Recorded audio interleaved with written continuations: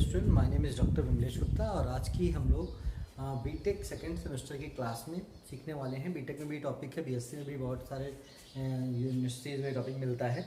हमारा टॉपिक है beta gamma function. हम पढ़ रहे थे, हमने स्टार्टिंग के 5 वीडियोज़ में जो भी रिजल्ट्स थे वो सारे पढ़े।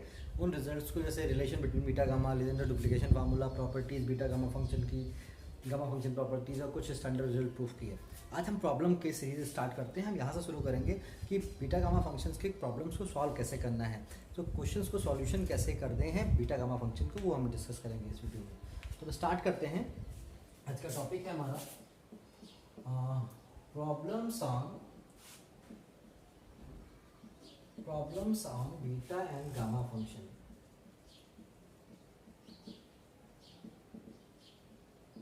बीटा गामा फंक्शंस पे कैसे क्वेश्चंस को सॉल्व करना है, ठीक है। जैसे क्वेश्चन लिखते हैं यहाँ पे, यहाँ एग्जांपल लिखता हूँ मैं 1 using beta and gamma function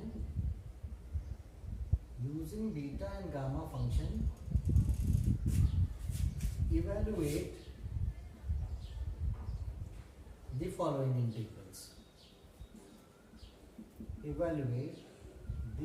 integrals. Number 1 एक एग्जाम्पल हो गया। इसी में बहुत सारे क्वेश्चन लिखते हैं। जैसे पहला हम लिख रहे हैं 0 से इन्फिनिटी x की पावर 1/4 e की पावर -√x और dx। दूसरा क्वेश्चन हम लिख सकते हैं 0 से 1 x³ upon 1 - x³ whole to the power, यानी इस पूरे की पावर 1/2 dx है। एंड थर्ड क्वेश्चन हम लोग सॉल्व कर सकते हैं 0 to 1 x की पावर 5 1 - x³ की power 10 dx। And fourth question हम लोग डिस्कस कर सकते हैं 0 से 2 x और 8 - x³ की पावर 1/3 dx। तो कुछ 5 क्वेश्चन हम पहले देखते हैं, 4 क्वेश्चन एक और लिख लेंगे बाद में अगर हमारे पास टाइम बचता है। तो जरा सॉल्व करना समझते हैं, इन क्वेश्चन को करना कैसे है 1 by 1। जैसे सो मैं पहला क्वेश्चन आपको सॉल्व कर रहा हूँ। जैसे लिखा है 0 से इन्फिनिटी x की पावर 1/4 e की पावर -√x dx। अब आप कैसे समझोगे कौन सा फार्मूला क्या लगेगा। जैसे देखने से पता चल रहा है या तो बीटा फंक्शन लगेगा तो गामा फंक्शन लगेगा। तो बीटा फंक्शन की लिमिट हमारे पास 0 to 1 होती है और गामा फंक्शन की लिमिट 0 से इन्फिनिटी होती है। तो जब आपको ध्यान कहाँ रखना है, बहुत अच्छे से समझना है, वरना क्वेश्चन में कंफ्यूजन बहुत होता है। लोग कंफ्यूज रहते हैं क्या करें, किसको सब्स्टिट्यूट करें। तो आपको मैं एक ट्रिक सिखा रहा हूँ कि जैसे बीटा या गामा फंक्शन में आप देखो कि स्टैंडर्ड फॉर्म से मैच होने में क्या प्रॉब्लम क्रिएट कर रहा है। जैसे हम यहाँ पे जानते हैं कि बीटा फंक्शन की लिमिट, बीटा फंक्शन होता है 0 से इन्फिनिटी e की पावर -x x की पावर n-1 dx। तो यहाँ x की पावर x होना चाहिए और यहाँ पे क्या √x है। तो इस √x को हमें हटाना है, यानी जो चीज़ उस फार्मूले को बनने में प्रॉब्लम क्रिएट करे उसको सब्स्टिट्यूट कर दो। तो हमें यहाँ से क्या हटाना है, यानी वो अपने आप बाकी एडजस्ट कर देगा। यानी हम लेट करेंगे √x = y, यानी x बराबर क्या हो जाएगा, ये हो जाएगा y²। तो जब x को लेट करोगे तो dx पे बदलेगा, तो dx बराबर आ जाएगा 2y × dy। लिमिट पे कोई फर्क नहीं पड़ेगा क्योंकि हमारे पास x की वैल्यू 0 है तो y भी आपका 0 आएगा, और x आपका इन्फिनिटी है तो y भी इन्फिनिटी आएगा। अब आती है बात, इंटीग्रल बदल के क्या हो गया, ये 0 से इन्फिनिटी x की पावर 1/4 e की पावर -√x dx बदल के क्या हो गया, ये हो गया 0 से इन्फिनिटी। अब देखिए x की जगह पे हम रख रहे हैं y², तो y² की पावर कितनी हो जाएगी 1/4। आप बस x वेरिएबल को बदल दीजिए, जो वेरिएबल हो उसको बदल दीजिए। तो यहाँ से आ गया y², x की पावर 1/4 था तो लिखा है y² की पावर 1/4, और ये हो गया e की पावर -y, और dx की जगह पे आ गया 2y और ये आ गया dy। अब इसको एडजस्ट करिए, कैसे एडजस्ट होगा आप देखिए, ये लिखा है 0 से इन्फिनिटी, ये हो गया y की पावर 1/2, और ये हो गया e की पावर -y, और ये लिखा है 2 बाहर आ गया, y dy हो गया। y को भी यहाँ एडजस्ट कर सकते हैं, तो ये आ जाएगा 2 टाइम्स 0 से इन्फिनिटी y की पावर 1 + 1/2 मतलब 3/2, और ये हो गया e की पावर -y और dy। अब देखिए स्टैंडर्ड फॉर्म में बनाने के लिए हम इसको लिख सकते हैं, दिस इज 2 टाइम्स 0 से इन्फिनिटी e की पावर -y, और y की पावर 3/2 को मैं लिख सकता हूँ 5/2 - 1 dy। हमें गामा फंक्शन की डेफिनेशन के अकॉर्डिंग बनाना है। तो e की पावर माइनस वाई हो गया, y की पावर 3/2 को मैंने लिखा 5/2 - 1, तो ये कितना बन गया गामा 5/2, तो दिस इज 2 गामा 5/2। अब मैं आपको यहीं पे रोक के पहले आपको गामा 5/2 सॉल्व करना समझाता हूँ। तो गामा 5/2 कैसे सॉल्व होगा उसके लिए मैं भी एक लास्ट में भी समझा दूंगा। तो हम जानते हैं सिंस गामा n+1 बराबर होता है n गामा n, तो 5/2 को लिख सकते हो 3/2 + 1, इसको आ जाएगा 2 × 3/2 और ये हो जाएगा गामा 3/2। फिर से समझिएगा मेरी बात क्या कर रहा हूँ, n+1 = n गामा n हो गया। अब गामा 3/2 को फिर से ब्रेक करेंगे हम लोग इस फार्मूले को यूज करके, तो आएगा 2 × ये 2 कैंसिल हो गया, ये हो गया 3, गामा 3/2 को लिखेंगे हाफ + 1 और इसको फिर से लिखेंगे 3 × हाफ गामा हाफ। और गामा हाफ की वैल्यू क्या होती है आपको पता है, गामा हाफ = होता है √π। तो यहाँ पे आ गया आपके पास 3/2 √π and this is the value of this integral. यानी इस इंटीग्रल की वैल्यू क्या निकल के आई, इस इंटीग्रल की वैल्यू निकल के आ गई 3/2 √π। देखिए कितना बढ़िया सवाल है। अगर आप इस बीटा गामा मेथड से ना करें, इसको सिंपल इंटीग्रेशन से करने के लिए सोचें, तो इंटीग्रेशन इतना आसान नहीं है, बहुत कैलकुलेटिव है। x⁴ e की पावर -√x को बाई पार्ट इंटीग्रेट करिए, फिर 0 से इन्फिनिटी लिमिट लगा के सॉल्व करो। हमने क्या समझाया, मेरी बात पे फोकस करिएगा कि जहाँ पे जैसे हमें दिख रहा है यहाँ पे गामा फंक्शन बन सकता है ये, लेकिन गामा फंक्शन बनने के लिए √x प्रॉब्लम क्रिएट कर रहा है, तो √x को हटाना है। तो √x की जगह पे मैंने y माना, वो अपने आप फॉर्म ऐसी सेट होती चली जाएगी जो गामा फंक्शन आपको कहीं ना कहीं बना देगा। तो ये आपका फर्स्ट क्वेश्चन था जो गामा फंक्शन की डेफिनेशन पे सॉल्व हुआ, इसको मैं रफ कर देता हूँ और दूसरा क्वेश्चन मैं आपके लिए लिखता हूँ। दूसरे क्वेश्चन से पहले मैं आपको एक चीज समझाना चाहता हूँ, एक पे नोट समझाना चाहता हूँ, वो समझ लीजिए तो आपको आसानी रहेगी क्वेश्चन को सॉल्व करने में। हम लोग जानते हैं गामा n+1 बराबर होता है n gamma n। So gamma जैसे हम कह रहे थे 5/2, ऐसे ही 7/2 को ब्रेक करेंगे। तो पहले 3/2 से शुरू करते हैं। जैसे मैंने बोला 3/2 को ब्रेक किया तो लिख सकते हैं 3/2 को हाफ + 1, लास्ट में जाके हाफ में ही आएगा वो गामा हाफ, तो इसको लिख सकते हो हाफ गामा हाफ। और गामा हाफ हमारे पास क्या होता है, दो चीजों को ध्यान रखेंगे, इसको और गामा हाफ = होता है √π, हम प्रूफ कर चुके हैं। तो यानी ये वैल्यू आ जाएगी 1/2 √π। ये छोटे छोटे 2-2 नंबर के क्वेश्चन भी आते हैं। अब जैसे गामा 5/2 सॉल्व करने चले थे तो उसको लिख सकते हैं 3/2 + 1, तो आएगा 3/2 गामा 3/2। फिर गामा 3/2 को हम ऊपर सॉल्व कर चुके हैं, तो आएगा 3/2 हाफ गामा हाफ, क्योंकि 3/2 को लिखेंगे हाफ + 1 हाफ गामा हाफ, इसका मतलब ये आएगा 3/4 √π। तो आप इन जनरल ये ध्यान रखिए कि हम ब्रेक कैसे कर रहे हैं वो मैं समझा रहा हूँ। जैसे गामा 7/2 किया, जैसे हमारे पास, अब ऐसे आप समझिए, जब 5/2 शुरू किया था तो दो कम से शुरू करिए। 5/2 का मतलब 3/2 हाफ गामा हाफ आएगा। तो जब हमारे पास 7/2 आएगा तो कहाँ से शुरू होगा, दो कम कर दीजिए, 5/2 3/2 हाफ और गामा हाफ। ये ब्रेक करने का तरीका है, बहुत इजीली आप सीख जाओगे। कोई भी आपको अगर गामा में ऑड, ऊपर ऑड है नीचे /2 है, यानी 1 3 5 7 1 3 5 7 9 11 कुछ भी आपको ब्रेक करना है तो उन सबको आप इस मेथड से ब्रेक कर सकते हैं। तो ये आपके पास कितना आ जाएगा 15/8 √π।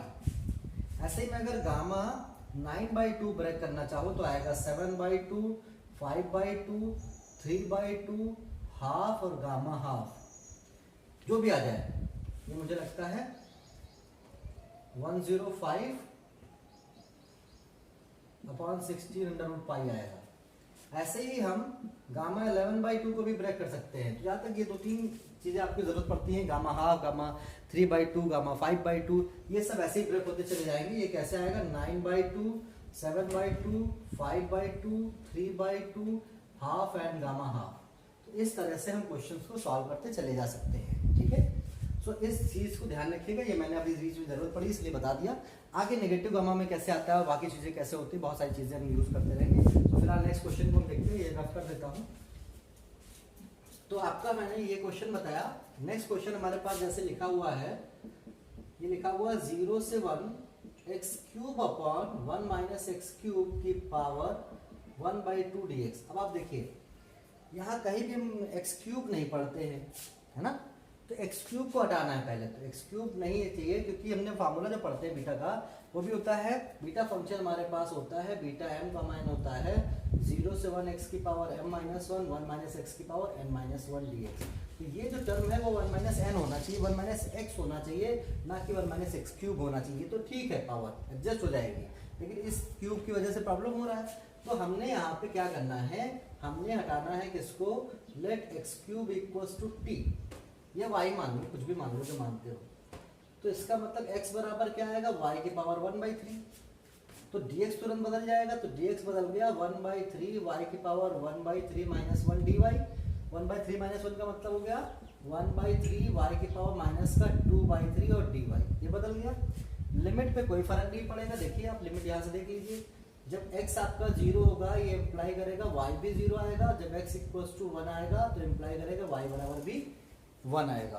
तो आपका जो इंटीग्रल था 0 से 1 x cube upon 1 minus x cube की पावर 1/2 dx, वो बदल के हो गया 0 से 1 सेम रहेगा।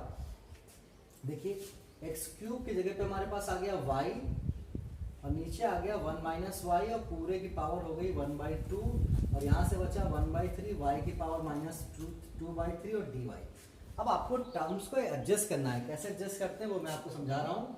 ये 0 से 1 लिखा है, बाहर मैं 1/3 ले आऊँगा और ये था y की पावर 1/2, तो y की पावर 1/2 यहाँ से माइनस का 2/3 यहाँ से, ये y की पावर हो गई।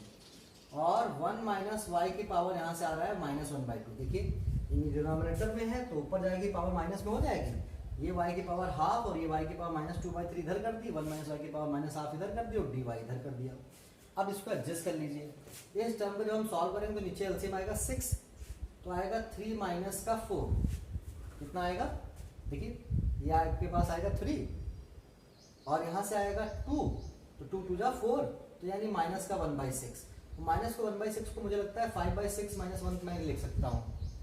तो यानी ये आ गया हमारे पास 1/3 0 से 1 y की पावर माइनस का 1/6 और 1 माइनस वाई की पावर माइनस की 1/2 dy। अब आती है इनको स्टैंडर्ड फॉर्म में बीटा की लिखने की, तो हमें दिख रहा है दिस इज 1/3 0 से 1, यह आ जाएगा y की पावर 5/6 माइनस 1 और 1 माइनस वाई की पावर 1/2 माइनस 1 dy। तो आपको ये दिख रहा होगा कि ये लिखा हुआ है ये 1/3 बाहर हो गया, बीटा 5/6 1/2। अब बीटा 5/6 1/2 को भी सॉल्व करना पड़ेगा क्योंकि हमें न्यूमेरिकल वैल्यू चाहिए। वो कैसे सॉल्व होगा, वो सॉल्व होगा बीटा गामा के रिलेशन से। तो हम जानते हैं सिंस बीटा m कामा n बराबर होता है gamma n upon gamma m plus n। सो इसको हमें सॉल्व करना है, ये मैं रफ करना चाह रहा हूँ। इस बोर्ड को मैंने यहाँ पे रफ कर दिया और इसकी वैल्यू हमें चाहिए 1/3 लिखा है बीटा 5/6 1/2। तो इसके हिसाब से हो जाएगा 1/3 gamma 5/6 gamma half upon gamma 5/6 plus half, ठीक है। तो यहाँ से देखिए क्या आएगा 1/3 गामा 5/6 और गामा हाफ की वैल्यू तो √पाई हो गया और यहाँ पे आएगा आपका एलसीएम कितना 6 आ जाएगा। तो यहाँ से आएगा 5 और प्लस 3, ये आ जाएगा गामा 8/6, ठीक है।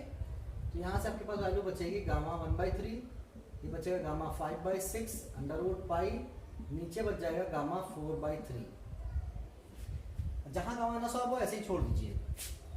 अब आप इसके आगे अगर सॉल्व कर पा रहे हैं तो सॉल्व करिए, नहीं सॉल्व हो रहा है तो उसको यही जहाँ तक कि हमारा सॉल्व हो सकता है वहाँ तक का हम सॉल्व करेंगे। यहाँ नहीं सॉल्व हो पा रहा है वहाँ नहीं सॉल्व करेंगे। इसको भी देख लेते हैं। जैसे gamma n gamma 1 minus n use होता है, अगर n बराबर में 1/6 यूज करूँ तो 1 माइनस 1/6 हाँ आ जाएगा। अगर n की जगह पे मैं 1/6 यूज करूँ, देखिए जरा। अब गामा 5/6 कैसे सॉल्व होगा, इसके लिए gamma n gamma 1 minus n में पुट कर दीजिए n बराबर 1/6, तो आएगा 1/6 गामा 1 माइनस 1/6, 1 माइनस 1/6 मतलब 5/6 और इक्वल्स टू आएगा, ये फॉर्मूला होता है पाई अपॉन साइन n पाई, तो आ जाएगा पाई अपॉन साइन π/6। तब देखिए लेकिन आएगा तो 1/6 में ही कन्वर्ट होके ना, तो इसकी वजह से हम ये निकाल सकते हैं गामा 5/6 इक्वल्स टू π/6 का मतलब हो गया गामा sin 30 है ना 1/2। ठीक है, sin 30 की वैल्यू कितनी होती है 1/2, तो आएगा आपके पास एक 2π। sin 30 कितना होता है 1/2, तो यानी 2π बचा, तो गामा 1/6 इक्वल टू, जिसका मतलब गामा 5/6 की वैल्यू आ जाएगी 2π अपॉन गामा 1/6। ऐसे दूसरे को बदलेंगे लेकिन जरूरत नहीं है, आप यहाँ पे भी छोड़ दीजिए तब भी ठीक है, आपको पूरे नंबर मिलेंगे। जहाँ तक सॉल्व हो सकता है वहाँ तक सॉल्व करेंगे, जहाँ सॉल्व नहीं होगा वहाँ पे हम उसको लेफ्ट कर देंगे, वहीं पे छोड़ देंगे। आज जितनी फॉर्म कन्वर्ट होकर आ सकती है वो आ जाएगी। ऐसे गामा 4/3 भी सॉल्व कर सकते हैं, 1/3 रख के 1/3 - 1 रख के वो भी सॉल्व हो सकता है। पर मैंने समझाया आपको, कभी कभी गामा 5/6 की वैल्यू ही पूछ देते हैं, तो इस तरह से सॉल्व कर लेंगे। गामा 4/3 की वैल्यू ही पूछ देते हैं तो सॉल्व करेंगे। तो मैं अभी क्या समझा रहा हूँ कि how to solve the beta and gamma function, beta gamma integral को सॉल्व कैसे कर रहे हैं। ठीक, ये मैं रफ करता हूँ आपके लिए। और अब आप देखिए इसका थर्ड पार्ट मैंने लिखा हुआ है 0 से 1 x की पावर 5 1 - x³ की पावर 10 और dx। अब आप फिर से समझिए, फिर से वही बात आई, x की पावर m-1 1 - x की पावर m-1 बीटा फंक्शन बनाता है, लेकिन ये x³ है तो x³ को हटाना है। सो मैंने यहाँ क्या लेट किया, let x³ equals to y। So x बराबर फिर से y की पावर 1/3, तो इसका मतलब dx बराबर आएगा 1/3 y की पावर -2/3 और dy। लिमिट पे कोई फर्क नहीं पड़ेगा, जब x बराबर 0 इम्प्लाई करेगा y बराबर 0, जब x इक्वल्स टू 1 इम्प्लाई करेगा y इक्वल्स टू 1। ठीक है, तो जब हम यहाँ सब्स्टिट्यूट करेंगे तो हमारे पास आएगा 0 से 1 x की पावर 5 1 - x³ की पावर 10 और dx। तो आप देखोगे यहाँ से ये आ जाएगा 0 से 1 और ये आ गया x की पावर x की जगह पे कितना था, x की पावर आ जाएगा 5/3। कैसे, x की पावर 5 था, x बराबर कितना था y की पावर 1/3, तो ये आ जाएगा y की पावर 5/3। ठीक, और ये आएगा 1 - y की पावर 10 और dx की जगह पे आ गया 1/3 y की पावर -2/3 और dy। फिर से पिछली बार की तरह ही क्वेश्चन है, तो मैं यहाँ से अगर कॉमन लूँ तो 1/3 कॉमन आ जाएगा, 0 से 1 आ जाएगा, इसके टर्म को एडजस्ट कर लीजिए, y की पावर 5/3 माइनस का 2/3। ये आसान क्वेश्चन बन रहा है और y की पावर बनेगा 10 और ये बनेगा dy। तो आप देखिए यहाँ से क्या आएगा 1/3 0 से 1 5 - 2 गया 3 3/3 कितना हो गया 1, यानी y बचा और ये बचा 1 - y की पावर 10 dy। इसको बीटा गामा में हम आसानी से लिख सकते हैं। कैसे, 1/3 0 से 1 इसको लिख सकते हैं 2 - 1 इसको लिख सकते हैं 1 - y की पावर 11 - 1 और dy। सो नो डाउट ये आपके पास लिखा है 1/3 बीटा 2,11। बीटा 2,11 कैसे सॉल्व होता है, मैंने आपको बताया 1/3 गामा 2 गामा 11 अपॉन गामा 13। क्यों, क्योंकि हम यूज कर रहे हैं क्या फॉर्मूला, सिंस क्या यूज कर रहे हैं, गामा m + n बराबर gamma n upon gamma m + n। इसको सॉल्व करने में कोई दिक्कत नहीं, 1/3 गामा 2 मतलब 1 हो जाता है, फैक्टोरियल गामा 2 मतलब फैक्टोरियल 1 हो जाएगा। अब गामा 2 को मतलब फैक्टोरियल 1 हो गया, गामा 11 लिखा रहने दीजिए। हमको आपको पता है कि गामा n + 1 होता है n गामा n। तो 13 को लिख सकते हैं कितना 12 गामा 12 को लिख सकते हैं 11 और ये हो जाएगा गामा 11। ये 11 कट जाएगा, तो जो भी आंसर आपके पास आ जाए 1/3 × 12 × 11, तो 36 × 11 सॉल्व कर लेते हैं।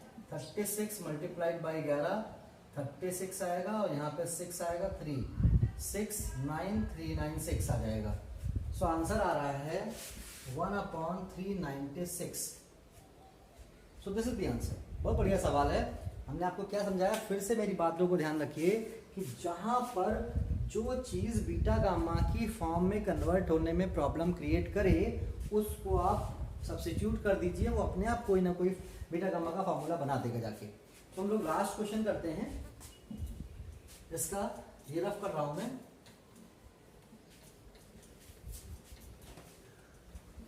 ये भी सब रफ कर लेते हैं। अंतिम क्वेश्चन हम सॉल्व कर रहे हैं, बहुत बढ़िया सवाल है। क्वेश्चन नंबर 4 लिखा है 0 से 2 x into 8 minus x cube की पावर 1/3 और dx। अब आप देखिए यहाँ पे, अब x क्यूब प्रॉब्लम कर रहा है, ठीक है, लेकिन x क्यूब को लेट क्या करें, ये यहाँ पे सोचने वाली बात है, क्योंकि जो पिछले में लिमिट थी वो 0 से 1 ही थी, तो आसानी से वहां सब्स्टिट्यूट हो जाता था।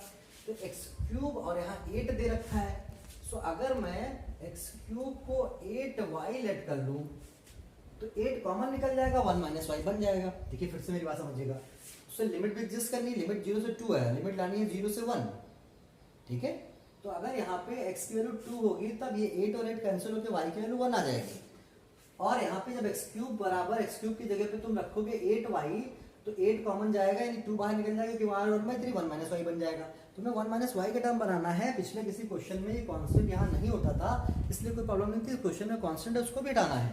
तो हम ये सब्स्टिट्यूट करेंगे, इसका मतलब x बराबर आ जाएगा 2y की पावर 1/3, तो dx बराबर आ जाएगा 2 1/3 y की पावर माइनस का 2/3 और dy, ये हमारे पास सब्स्टिट्यूशन आया है, और ये x का सब्स्टिट्यूशन आया है। फिर से मेरी बात समझिएगा, मैंने लिखा 0 से 2x time 8 minus x cube की पावर 1/3 dx। तो हमारे पास देखिए, अब लिमिट समझ लीजिए, जब x इक्वल्स टू 0 होगा तो y बराबर भी 0 होगा, जब x इक्वल्स टू 2 होगा तो y बराबर 1 होगा। कैसे? जब x इक्वल टू 2 रखोगे तो यहाँ 8 आएगा, 8 कैसे, 8 इक्वल्स टू 8y, तो दिस इंप्लाइज y बराबर 1 आ जाएगा। तो यहाँ से ध्यान रहे, हमारे पास ये सब्स्टिट्यूशन आएगा। अब जब ये सब्स्टिट्यूशन यहाँ कर देंगे तो लिमिट हमारे पास हो गई 0 से 1, x की जगह पे आया 2y की पावर 1/3, और यहाँ आ गया 8 माइनस 8y की पावर 1/3, और dx की जगह पे आया 2/3 y की पावर माइनस 2/3 एंड dy। अब आप समझिए, यहाँ से ये 2 और ये 2 मिलके हो गया 4/3, ये बाहर आ गया, 0 से 1 हो गया, और एक 2 आएगा, यहाँ से जब बाहर लाओगे तो यहाँ से 2 आ जाएगा, 2 2 4 और 2 8/3 कर सकते हैं, दिस इज 8/3, यहाँ बचा y की पावर 1/3 और माइनस 2/3 बच गया y की पावर, ये एडजस्ट कर दिया, और यहाँ से बचा 1 माइनस y की पावर 1/3, और यहाँ से बचा dy। देखिए क्या बच रहा है हमारे पास, ये आ रहा है 8/3 0 से 1, और ये बच रहा है y की पावर माइनस का 1/3, 1 माइनस 2 होता है 1 माइनस का 1/3, और यहाँ बच रहा है 1 माइनस y की पावर 1/3 प्लस का, और ये dy।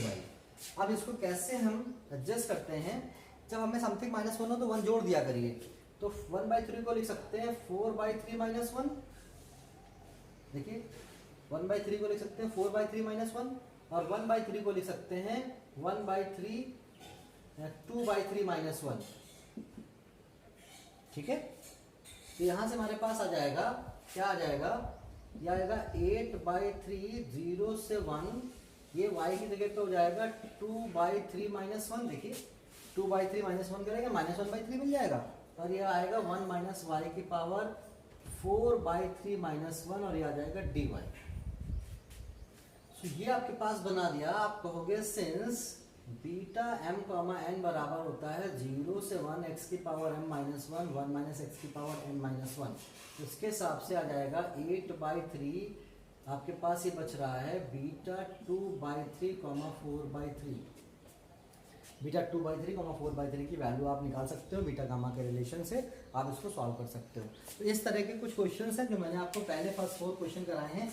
नेक्स्ट वीडियो में थोड़े से और इंपॉर्टेंट क्वेश्चन हम कराएंगे, 3 या 4 आपको वीडियोस मिलेंगे, तो इन 3-4 वीडियोस में हम आपको जितने भी क्वेश्चंस हैं बीटा गामा पे वो करा देंगे, और फिर हम नेक्स्ट टॉपिक को मूव करेंगे जिसको कहते हैं डिरिचलेट इंटीग्रल। डिरिचलेट इंटीग्रल कैसे सॉल्व करते हैं, डिरिचलेट इंटीग्रल को कैसे सॉल्व करना है, ये सब चीज़ें हम सीखेंगे। इसको भी हम देख रहे हैं, हमने क्या बताया, इसको यूज़ कर दीजिएगा, बीटा m कॉमा n बराबर होता है gamma n upon gamma m plus n, तो इसको यहाँ पे रखोगे तो आएगा 8/3 गामा 2/3 गामा 4/3, और नीचे बच जाएगा गामा 4 + 2 6/3, यानी गामा 2 1 होता है, तो इसको सॉल्व कर लीजिएगा 8/3 गामा 2/3 गामा 4/3, और आपके पास जो भी आंसर आ जाएगा वो आ जाएगा।